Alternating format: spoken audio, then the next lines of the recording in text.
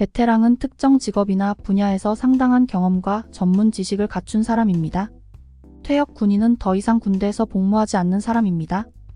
연구자들이 관심을 갖는 주제 중 하나는 제대 후 군인, 특히 전쟁 지역에서 복무한 군인의 건강입니다. 한국이 나를 기억이나 해줄까? 말도 안 되지. 뉴질랜드 참전 용사가 한국 병원에 초대받고 감격한 이유. 내 삶이 이렇게 된 건 모두 한국 때문이지. 한국이 너무 원망스러워. 여기 한국이 싫은 남자가 있습니다. 자신의 삶이 이렇게 비참한 건 한국 때문이라고 생각하고 있습니다. 그런데 그때 눈물을 흘리는 남자에게 건장한 남자들이 다가옵니다. 그들은 자신을 한국 사람이라고 밝히는데요. 그들이 눈물을 흘리고 있는 남자에게 무슨 말을 하고 있습니다. 그리고 눈물을 흘리던 남자는 바닥에 주저앉아 오열하게 되는데요. 과연 한국 사람들은 이 사람에게 무슨 말을 한 걸까요? 6.25 전쟁은 한국에 잊을 수 없는 상처와 함께 많은 나라에서 연합군을 보내준 은혜를 떠오르게 합니다. 한국 전쟁에 참전한 나라는 총 21개국이었고 유엔군의 일원으로 참전하였습니다. 그런데 혹시 그거 아세요?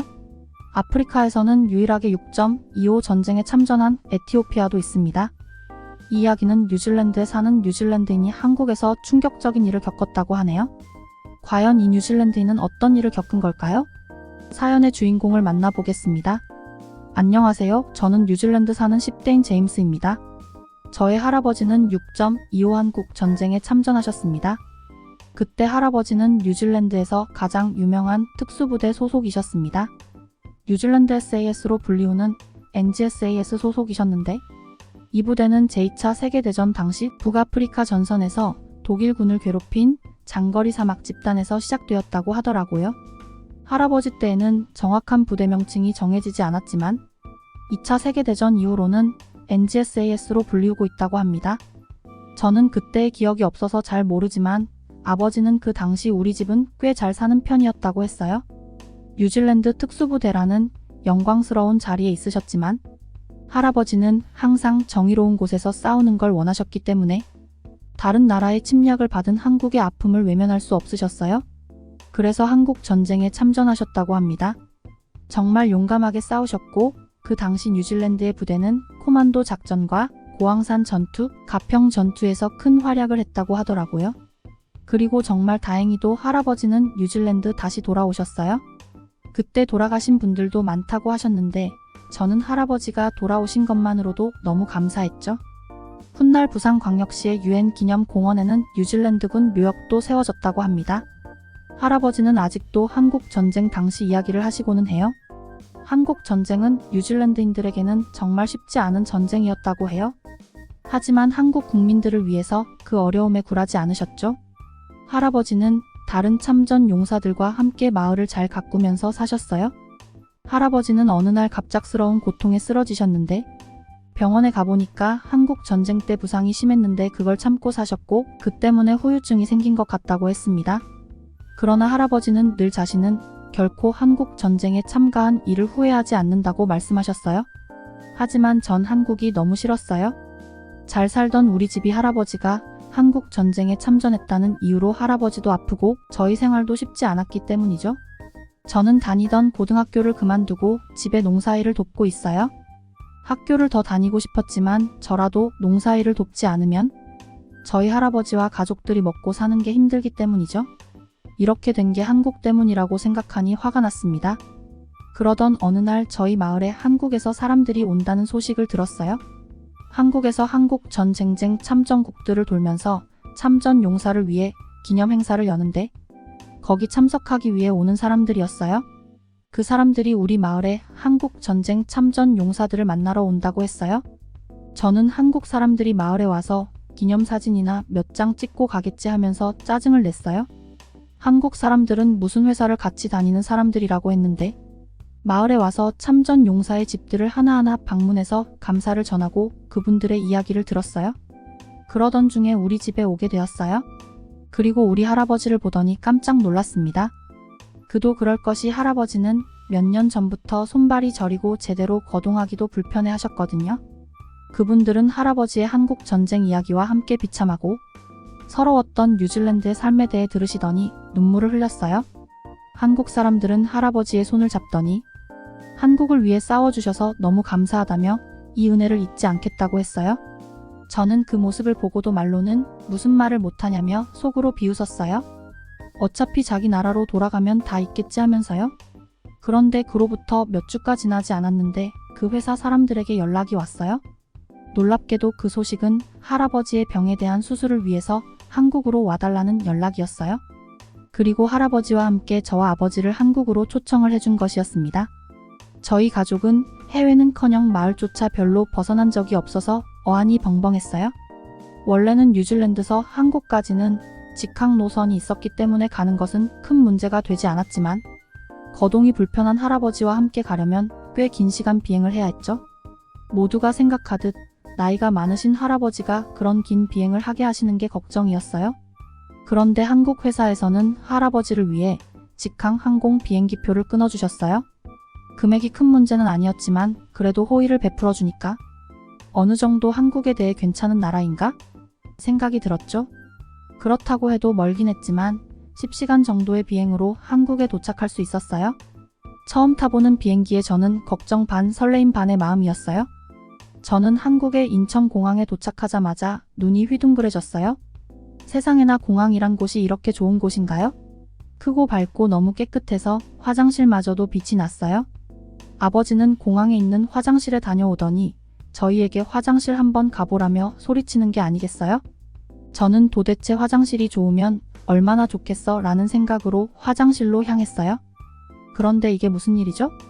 여기가 화장실이 맞는지 3번 정도 왔다 갔다 했습니다. 마치 호텔과 같은 은은한 조명에 고약한 냄새도 하나 없는 향기롭고 쾌적한 화장실이 저희를 맞이했죠. 뉴질랜드에서는 상상도 못할 모습이었어요. 기본적으로 뉴질랜드에서는 화장실을 이용할 때에도 돈을 지불하고 이용해야 했거든요. 그마저도 엄청 더러워서 화장실에 들어가기 전에는 코를 막고 들어가기가 비일비재했습니다. 하지만 한국의 화장실은 달랐어요. 일단 이런 고급 호텔에서 볼 법한 화장실이 무료인 것도 충격이었고 화장실의 상태가 최상급 호텔과 비교해보아도 손색이 없었죠. 화장실에서 자도 문제없다고 느껴질 정도였습니다. 게다가 입국 심사를 하러 갔는데 사람이 보잉 너무 많아서 오래 걸리겠구나 했는데 한국에서는 편리한 시스템으로 순식간에 줄이 줄어들었어요. 알고 보니 한국에서는 최첨단 시설을 도입해서 지하철 게이트 같은 곳을 지나면서 순식간에 심사가 완료되는 듯 해 보였습니다.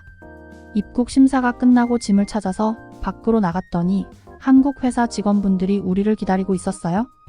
그분들은 우리를 환영해 주었고 우리는 바로 병원으로 향했어요.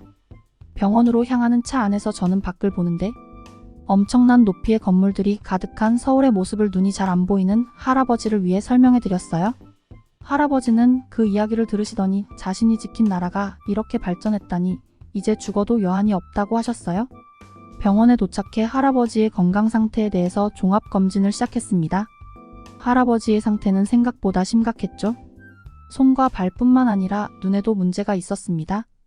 병원에서는 손이나 발보다는 눈을 먼저 치료하는 게 우선이라고 하더라고요. 한국 의사분은 할아버지가 백내장이 생긴 것 같다고 했는데 백내장 수술에 대해서 친절하게 설명해 주셨습니다. 백내장 수술은 혼탁해진 수정체를 제거하고 인공수 정체를 넣는 수술인데 한국은 의학 수준이 높기 때문에 이 정도는 쉽게 할 수 있다고 말해 주었어요. 게다가 눈 수술이기 때문에 전신 마취가 아니라 국소 마취만으로도 수술을 진행할 수 있어서 나이가 많은 할아버지에게도 건강에 무리가 가지 않을 거라고 했어요. 의사 선생님은 할아버지가 6.25 전쟁 참전 용사라는 이야기를 들으시더니 한국을 위해 싸워주셔서 감사하다는 말씀을 해주시더라고요. 그리고는 한국을 위해 목숨을 걸고 싸워주신 만큼 자신은 할아버지의 수술에 최선을 다하겠다고 하셨어요. 그 말을 들으면서 저는 한국을 미워했던 마음이 조금 누그러들었고 할아버지의 수술이 어렵지 않다는 이야기에 너무 다행이라고 생각이 들었어요. 한평생 고생만 하시고 병까지 얻으셔서 저는 마음이 너무 아팠거든요. 할아버지의 백내장 수술은 오래 걸리지는 않았어요.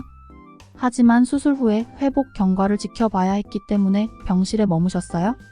오랜 비행과 수술로 긴장을 하셨는지 할아버지는 오래 주무셨어요. 저희를 도와준 한국 회사의 직원분들이 할아버지가 괜찮으신지 방문하셨는데 할아버지가 그때 잠에서 깨셨어요. 그리고는 할아버지는 한국 회사 직원들을 바라보면서 눈이 뚜렷하게 잘 보인다고 말씀하시고는 눈물을 흘리셨어요. 그 모습을 보면서 저와 아버지 그리고 한국 사람들도 눈물을 흘렸어요. 그들은 한국인으로서 당연히 해야 할 일을 했을 뿐이고 이렇게 늦게나마 한국을 위해 싸워준 분을 도울 수 있어서 너무 다행이라고 따뜻하게 말씀을 해주셨어요. 저는 뒤늦게나마 한국인들의 진심을 듣게 되어서 한국을 미워하던 마음이 조금 사라졌어요. 나중에 알게 된 일인데 할아버지의 사정을 회사 직원들에게 이야기했더니 다들 성금을 모아주셨다고 해요. 할아버지와 아버지 그리고 저는 할아버지의 회복 기간 중에 한국에 잠시 머물렀어요. 긴 비행시간도 피곤했기에 저희는 카페에 가서 잠시 쉬려고 했습니다. 그래서 어느 카페에 들어가서 커피를 주문했어요. 그런데 카페 점원이 할아버지를 가만히 바라보더라고요. 저는 저 사람이 왜 할아버지를 쳐다보는 거지 하면서 외국인이라서 싫어서 그런가 하는 생각을 했어요. 그런데 갑자기 카페 점원이 할아버지의 모자를 보며 참전용사냐고 물어보는 게 아니겠어요? 할아버지는 한국 전쟁 참전용사 모자를 쓰고 계셨거든요. 그래서 그렇다고 했더니 주문하신 커피는 자신의 돈으로 계산하겠다고 하는 거예요. 너무 놀라서 그럴 필요 없다고 했더니 아니라며 한국을 위해 싸워주신 분에게 이 정도는 대접할 수 있다면서 커피를 주셨어요. 할아버지는 전혀 생각도 못한 선물에 연신 감사하다고 말하셨어요. 한국에서 마시는 커피는 커피 특유의 쓴맛이 났지만 저는 그 맛이 너무 달콤하다는 생각이 들었어요. 그동안 한국 전쟁에 참여한 할아버지를 조금은 원망도 했던 제 자신이 부끄러워졌습니다. 이렇게 따뜻하고 은혜를 잊지 않는 사람들이 한국 사람이었는데 저는 그냥 미워할 존재가 필요했었던 거라는 걸 깨달았어요. 할아버지는 한국 전쟁 때도 한국 사람들은 정이 있고 남의 일도 본인의 일처럼 도와주는 사람들이었다고 하셨어요. 한국 사람들 덕분에 할아버지의 눈도 치료할 수 있었고 따뜻한 마음도 받을 수 있어서 너무 감동을 받고 돌아갈 수 있었어요. 그리고 추후에 할아버지의 손과 발을 다시 치료할 수 있도록 돕겠다고 하더라고요. 요즘 저는 학교에서 과학기술에 대해 배우는데 저의 꿈은 우수한 과학자가 되어서 첨단 과학을 공부하는 곳에서 일하는 거예요. 하루하루 먹고 사는 게 유일한 목표였던 제게 꿈을 키울 수 있게 해준 한국과 한국 국민들에게 정말 감사함을 전하고 싶어요. 저의 이야기는 여기까지입니다. 여러분 제임스 씨의 이야기 어떻게 보셨나요? 참전 용사로서 존경받아 마땅한 제임스 씨의 할아버지는 참전 용사임에도 대우를 받지 못하고 살아왔다는 것이 많은 사람들을 슬프게 했을 것 같네요. 그로 인해 경제적 어려움으로 제대로 된 교육까지 포기해야 했던 제임스 씨가 할아버지의 눈도 치료할 수 있었고 다시 한국이 만든 학교에서 꿈을 키워나갈 수 있게 되었다니 너무 감사하다는 생각이 들어요. 어려운 시간을 열심히 살아낸 제임스 씨의 할아버지에게도 존경을 느끼게 됩니다. 정말 감사한 사연이었습니다. 앞으로도 행복하시길 바래요. 우리 자유 대한민국을 위하여 싸워주신 참전 용사분들 감사합니다. 우리 자유 대한민국 만세!